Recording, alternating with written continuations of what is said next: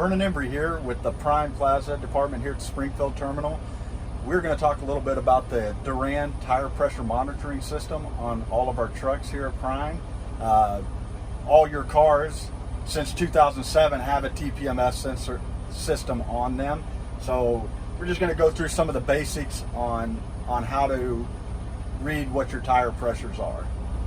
All right, so on the Doran TPMS system inside your truck, you'll find a digital display gauge on your dash. And basically all you want to do is use the arrows here, and you can toggle to whichever wheel position you want to go to. So, and then you can hit up to go to the right rear drive tire. Forward would be your right front drive tire. And then forward again would be your right front steer tire. Down will be your left front steer tire, and then back, left front drive, and then left rear drive. If you're using this on your pre-trips, that way you can make sure you have the right air pressure. As you can see, this truck is pretty low on air pressure on most of its tires, so we definitely want to get air in these tires before we head back out on the road. You can trust that this system is accurate.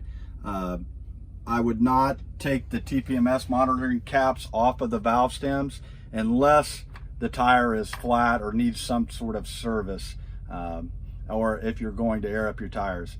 Remember, when you're out there, you always want to make sure that you just adjust your air pressure when the tires are cold. You never want to adjust your air pressure after you've been running down the road. So always wait at least 3 hours before you make any air pressure adjustments on your tires. On our steer tires, we want to run 110 PSI, and on our drive tires, we want to run 100 PSI of pressure. So our trailers are equipped with a PSI system. So if a tire is getting low on air pressure, our trailer will air the tire to the target air pressure. So, and there's an indicator light on your left radius of the trailer. It's a purple light. If that light's illuminated when you're hooked up to it, then there is a tire on the trailer that is low on air pressure, or there is a leak somewhere in the system causing the system to supply air to one of the tires. So if that light's on in your pre-trip, don't move, and hopefully when you're done with your pre-trip, the light will be off.